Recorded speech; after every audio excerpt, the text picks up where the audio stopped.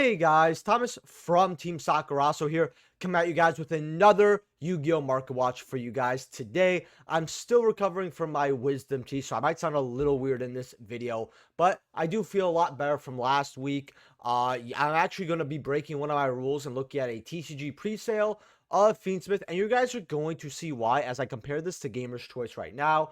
But before we get into it, if you guys enjoy these market watches, because we have a lot of buyouts to go over, as well as Edison cards that you guys need to pick up now, as well as some other cool things, just make sure to smash that like button, subscribe if you're not already. If you're buying anything on TCG, please use my link down in the description below, helps out the channel to know just cost to you.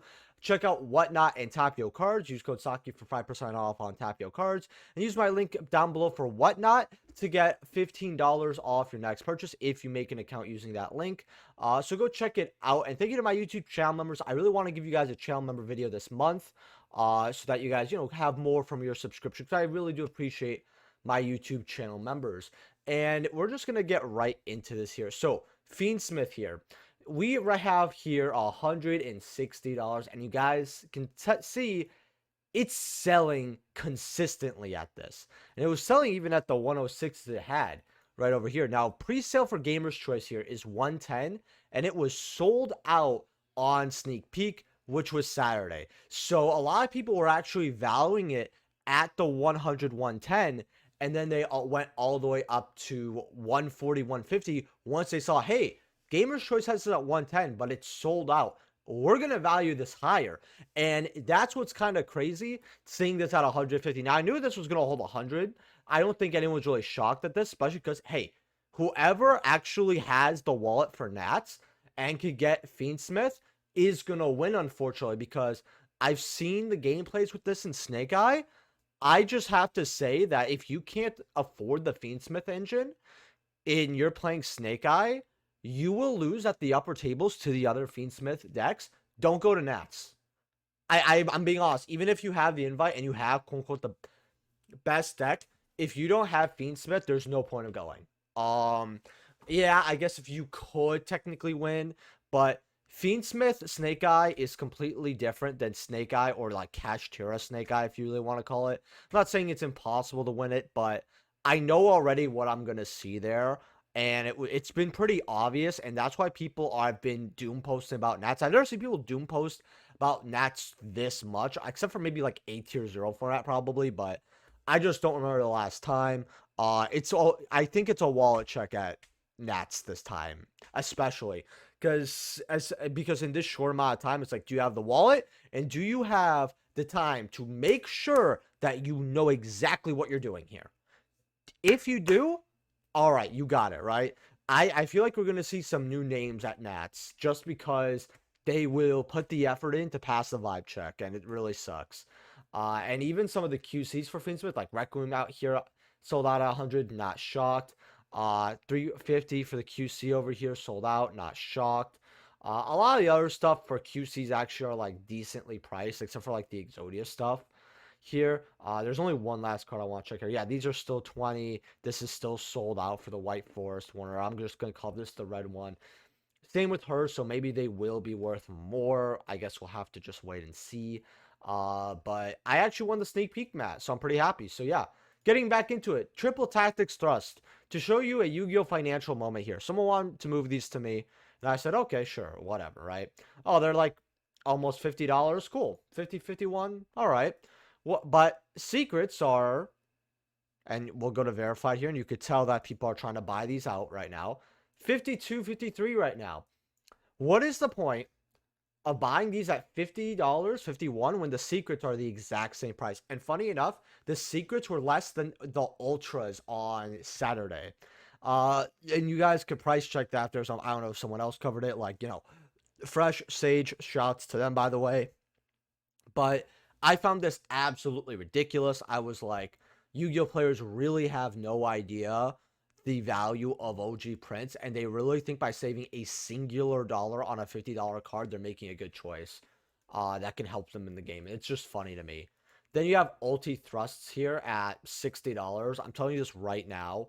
If you have thrusts that are not ulti, I would just move them and just go grab the ultis. by far. At this point, it's just a smart financial decision.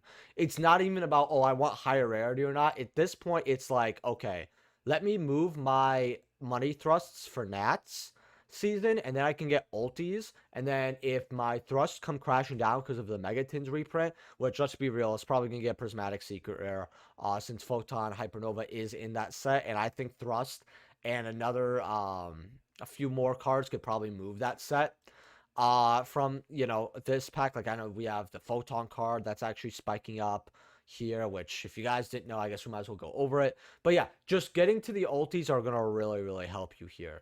Let's see, where are you here? I want to go over this card is definitely the Photon card, but I also want to go over this one. So you got the XYZ here at $4, going up at 32 listings. You guys see that huge spike. We are, I think, going to get the Photon stuff here in the TCG soon. And it's pretty cracked. They have a Poplar. You have a Rise Heart here at about $8, going up to 10. I mean, it's banless season, quote unquote, even though we know it's in August. And then Galaxy Photon Dragon. Now, this is a card I talked about at $2 because I said, well, if they use this and it doesn't have the reprint because they did not reprint this, it's going to be a $10 card.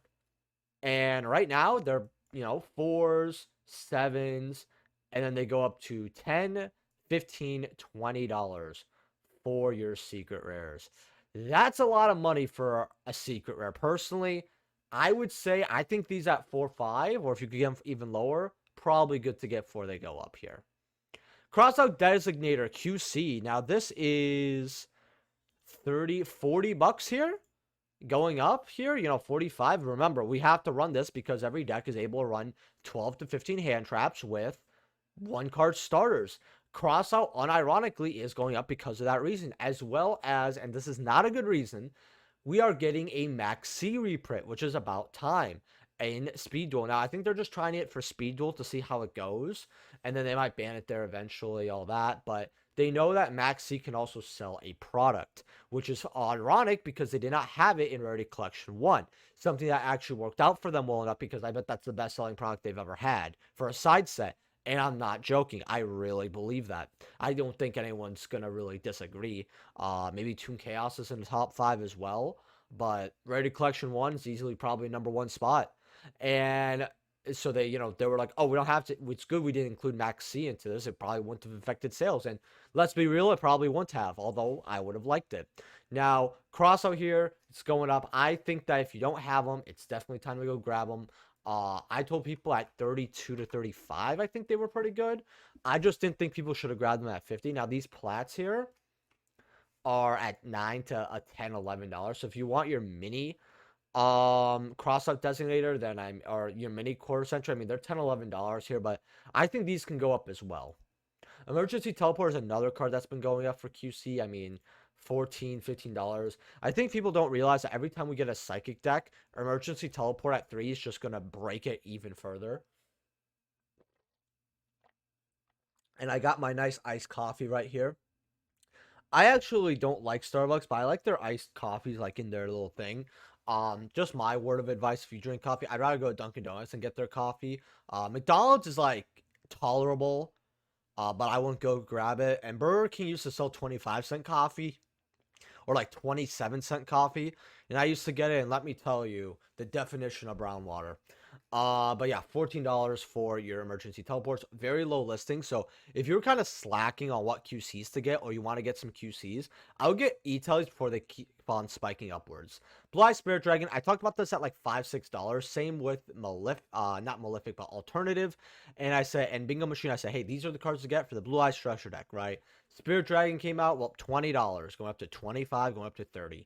Am I shocked? No. You're going to be able to tuner this out for free with the new support if you have not read it. So, card's really, really good now, and we'll be seeing play. So, I mean, the card wasn't never bad, don't get me wrong here, but the fact that one of the new extra deck monsters can now put this out for free essentially makes it a must play, because, I mean, it's a free monster, and that's pretty good. Right? Plus, it's a little floodgate as well, as I said, so very good card overall. Vernal Listen here is also getting bought out because guess what? The new Midolce support. And like I told people, they will always wait till like the last week or right when pre-sales start to buy the cards they need, which is a very, very bad idea. I talked about Madolches and Vernalescence here and there. You guys know I love to spike in market watches like once every month. And I said, hey, yeah, Vernalescent Engine probably still going to see play. $8 going up to 10. I will say I did hope that we could cut this. I know the Vernalescent Engine could feel really good at times, but there's other times where you're just like, you know what? Any other card. Any other card I would have loved. Any other card. And then that's just how Vernalescent is. But spot at $10. I guess this will be in the tins most likely. It's a prismatic secret. But yeah, $10 for Vernalescence. If you got these at $1 or $2, when I told you around, I think $2 or $3. Let's call it $3. Well, good job. You made your money. The Duckling is about $1 or $2. I never really looked too much at the Duckling because I believe it was like a one of. I mostly just looked at the Ultra, and there was a lot of listings. But these are about $1 or $2. So if you have these in bulk from Darkwing Blast, hey, this set is the gift that keeps on giving. Go ahead, dig them up.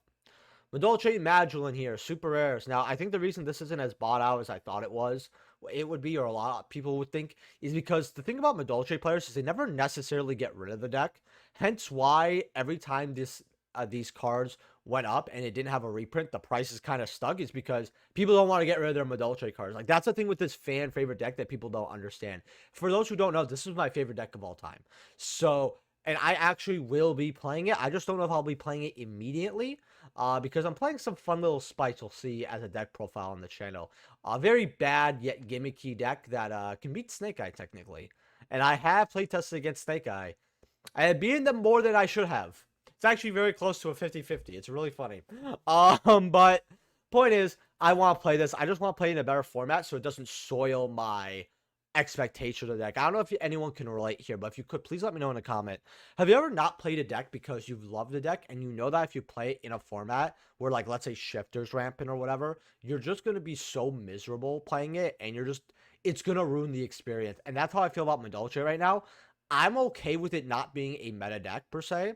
Although it's really funny, if we got this like before Agov, I actually think that I would play it like against Rescue Snake Eye.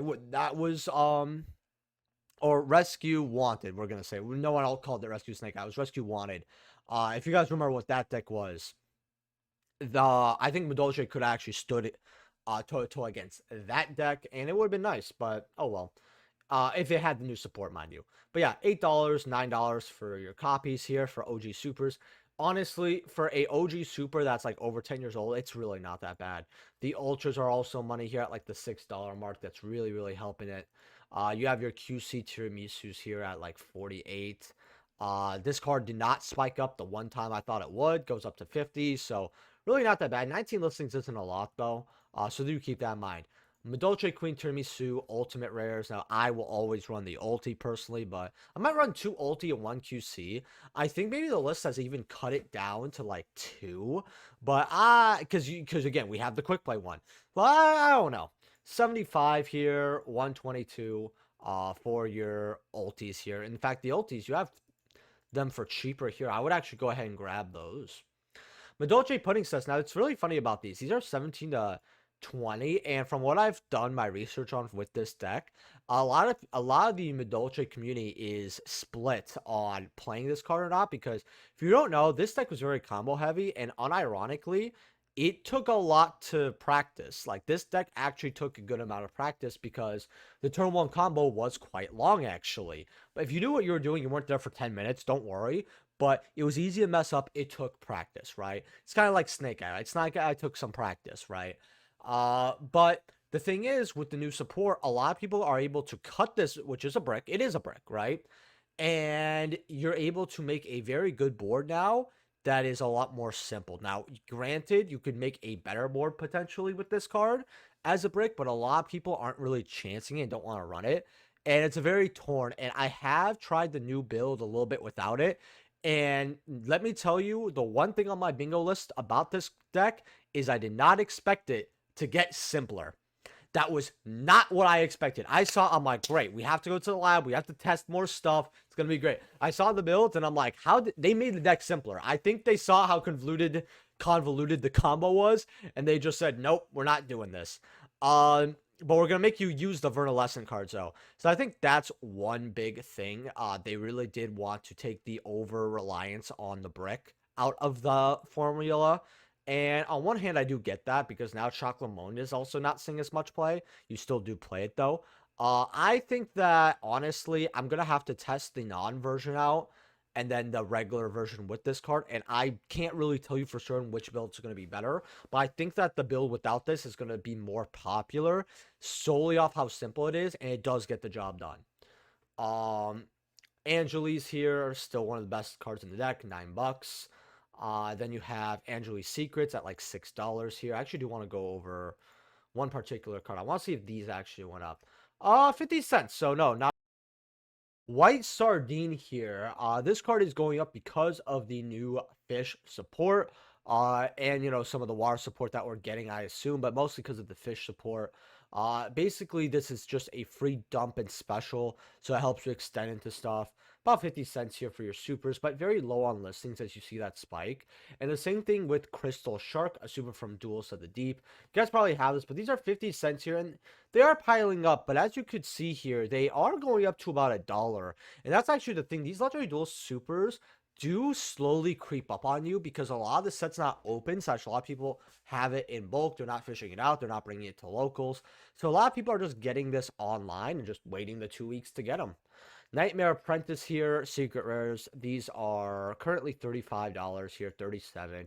Now the new illusion support going up to 40 is actually really good. You actually have a quick effect negate and steal in the set that just came out, Infinite Forbidden, which is really good. The new illusion stuff is not bad, but again, I think that we're unfortunately, I'm gonna say, in a era of Yu-Gi-Oh where good but not good enough, where the cards are good, they're not okay, they're not mid, they're good, they are very good cards. Even they're just not good enough, even excellent at times. But if it's not good enough, it is what it is, and it's something that I kind of hate about the state of the game. Vayu here, Crystal Revenge. A lot of people don't understand this, but since Vayu Turbo is one of the better decks in Edison, I'm not gonna say one of the best decks, I'm gonna say one of the better ones. $2 here for your reprint secrets. I remember when this was 50 cents and I told people to go grab them. Well, guess what? Your penny stock has already gone up like crazy. And if I can go back, say, a year, Crystal's Revenges, yeah, you could see them for the 50 cents right here, and you could see the spike here. And you see people are buying these in droves. This is still an amazing card to grab right now, but you're going to have to wait for it to go up to 4 or 5. Whereas if this goes up to, say, 3, 4, you spent not even $1 on it, that's your go away. You have to remove these little penny stonk cards. Do not always, like, expect close to double digits or further. It's not that those cards can't happen, but not everybody's going to have a gimmick puppet type situation where that card was literally 50 cents, like $30, right? Your secrets are going to be $2 here. I think they could go up to 4 or 5, though. Your ultras, I want to look up these as well because these did go further down. These are still a lot of money for your ultras because people like playing OG print, but you do have some cheaper unlimited versions until they hit that $20 mark if you so choose. Now these your ulties are also going to be some money. You got $80 for a light play right here, 2 for 100 here, 117, and then you're looking at 200s for your ulti values. That's quite insane actually for ulti value. I actually have 2 first eds of this unironically, and I have 3 unlimiteds. And I came through the unlimiteds accidentally, and I'm thinking to myself, do I want to play 2 first ed and unlimited and just call it a day? Yeah, probably. But yeah, they quickly go up here. So if you are okay with unlimiteds, I mean, you're paying less than half here. You got light play and 2 near mints. Can't complain too much. Elemental Hero Gaia here, secret rares are, let's see here, 42.75, first ed's at 130. The life play at 42 does not look that bad, but yeah, absolutely disgusting, especially because you could see here, these were selling at a lot cheaper. Maybe not the first sets, but the unlimiteds were at least selling for a lot cheaper here. And then you have Turbo Cannon. This is a card that spiked up roughly a year ago to a crazy amount here. Yeah, you can see the first set spike here at like $10, 8s over here. Right now, these are still about 4 or 5. This was used in a specific build in Edison where you were able to, just trickle your opponent down.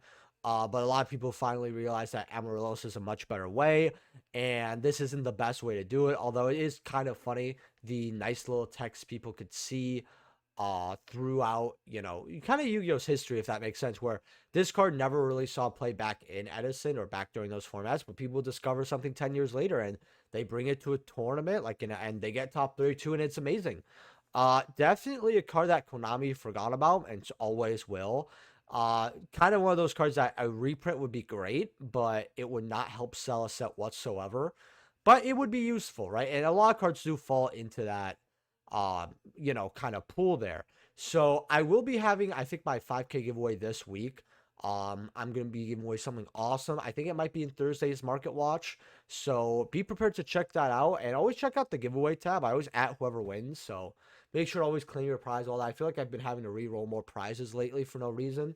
And with that being said, leave a like if you guys enjoyed. Subscribe. I know what cards I'm going over in the next Market Watch in the comment section below. And I'll see you guys in the next video. Peace.